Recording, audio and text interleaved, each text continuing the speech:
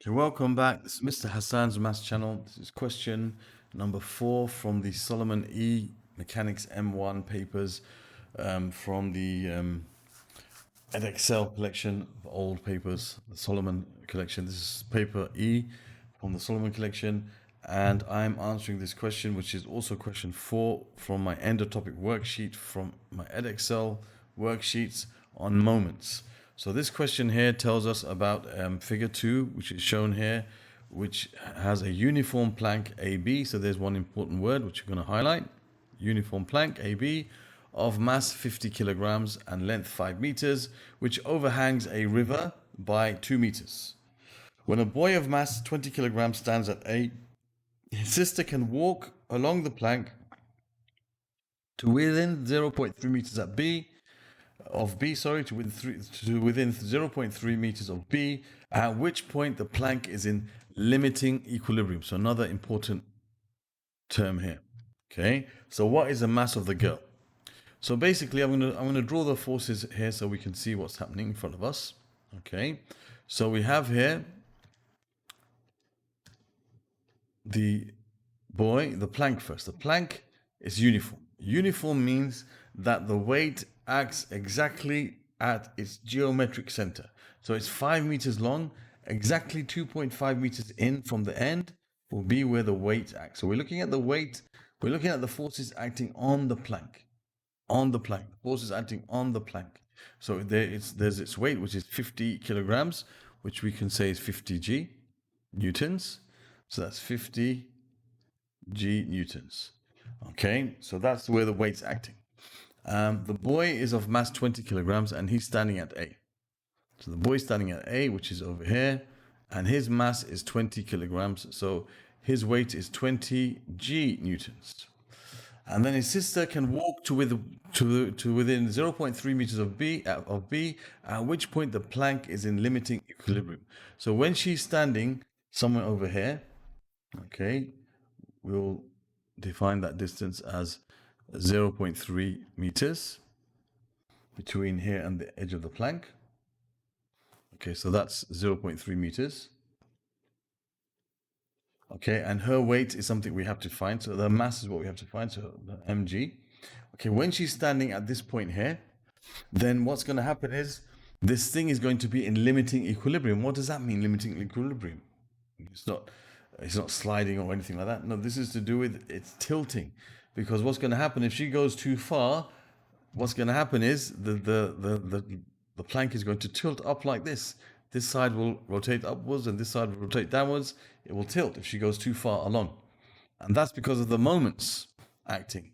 All right. So at the point when this happens, at the point when it's about to tilt, then it's like this is the pivot, because the reaction force will all be at this point because there will be no other reaction force. It's about to lift off the ground, just about to lift off the ground. So the reaction force will be concentrating at the point, at the edge of the bank of the river, right at the edge, which is over here.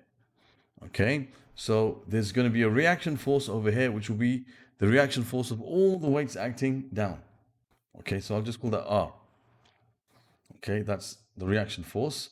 That's all the reaction force of everything. Now, we can't find what R is directly because we don't know what the mass is. So we have to think about a way of solving this without knowing what R is. And it's very easy, actually, because basically, if we take moments about this point, which I'm going to call X, the point, the edge, I'm going to call it X.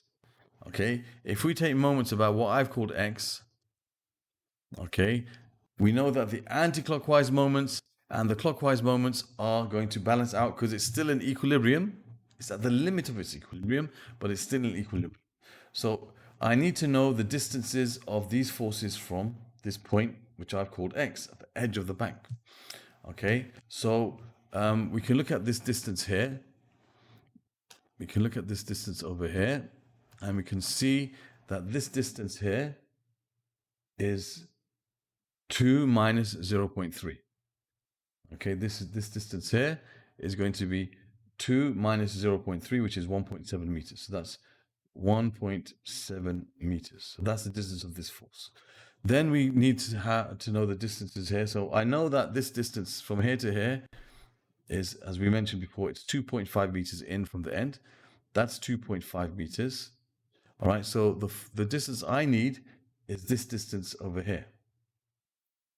Okay, that distance is from X to this force. Now, we know that the whole plank is 5 meters.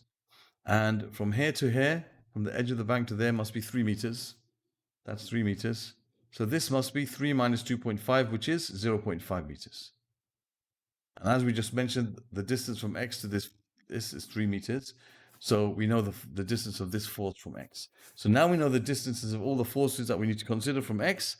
We can then take moments about X. Of course, the reaction force is going through X, so we don't have to worry about it. That's why we took moments about X, to eliminate that force which we don't know. So now we only have one unknown, which is M.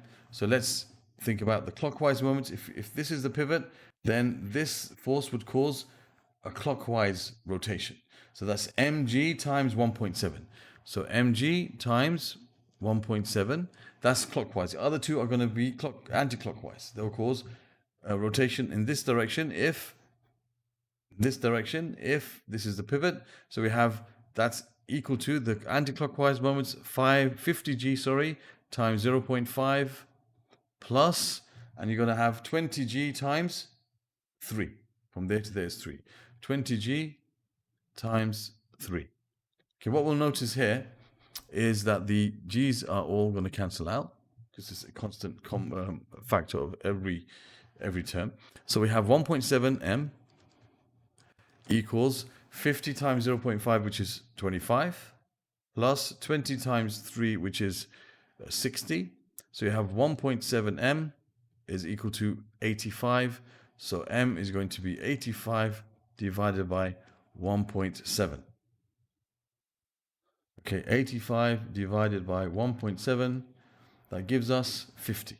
So m is going to be 50 kilograms. They only want the mass of the girl, so put it in kilograms. Okay? Didn't say the weight of the girl, it said the mass of the girl, so 50 kilograms. If they said the weight, we'd say 50 newtons. Okay, now for part B. It says, find the smallest extra weight which must be placed at A to enable the girl to walk right to the end B. So now, you have the boy, okay, whose weight we know already. Okay, but there's an extra weight that's going to be placed at A. So his weight was 20 G plus an extra weight, which I'm going to call W. I'm just going to call that W, the extra weight. That's the weight we'll have to find. 20G plus W newtons. And then we have the girl now at the end of the plank. Okay, and we know her mass is 50, so that's going to be 50G newtons. You also still have of course, the weight of the plank acting exactly in its geometric center, straight down. Okay, this is a bit wonky, isn't it? All right, straight down, which is going to be, again, this is also 50G newtons. 50G newtons. Okay, and because we want it to be in limiting equilibrium, such that this weight is the smallest weight you can place it. If the weight is any smaller, it will tilt. So that's the smallest weight that we can place here. Therefore, you're going to have a reaction force right at the edge, and that will be the only reaction force because it's on the point of tilting. On the point of tilting. Okay? So there we have all the forces, and it's on the point of tilting. So the reaction force here is the total reaction force. So now we can now do the same thing. We can take moments. Now remember, this distance here was 0.5. Okay. This distance was 0.5 meters. And that distance was 3 meters as before. Okay, but now the girl is standing right at the edge. So that's 2 meters. So if we take moments again about X, again, it's in limiting equilibrium. So we can say that if this is where we called X, we can say that the clockwise moments, which is 50 G times 2, is equal to the anti-clockwise moments, which is 50 G times 0.5. Okay, and then here the distance times the force or the weight, that's 20 G plus W times 3 meters. So this equation now, if we solve it, okay, we're going to have 100 G equals 50 times 0.5 is 25 G plus 3 times 20, that's 60 G plus 3 times the weight that we have to add at the end there. So that's going to be 100 G equals 85 G plus 3 W. So 100 minus 85 is 15. G equals 3 W. So we can say that W is equal to 15 over 3, which is 5 G newtons.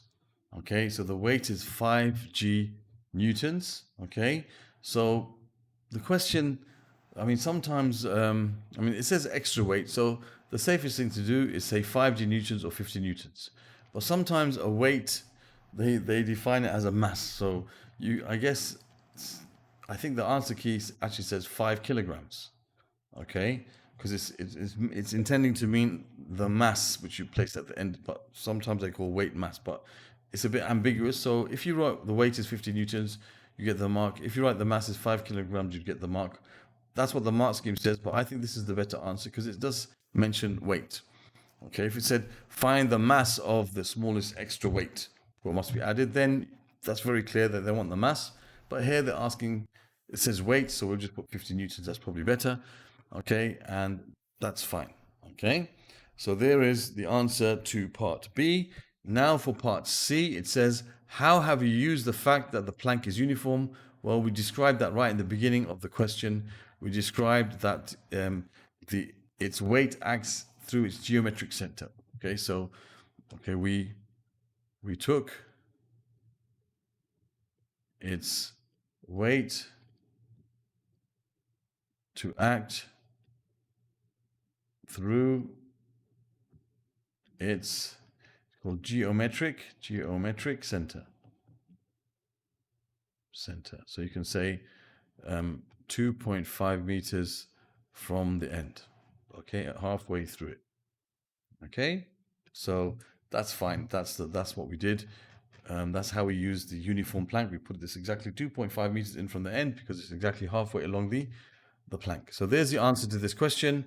I hope that was clear. Other questions from this particular Solomon paper can be found in the playlist that will appear in this region over here.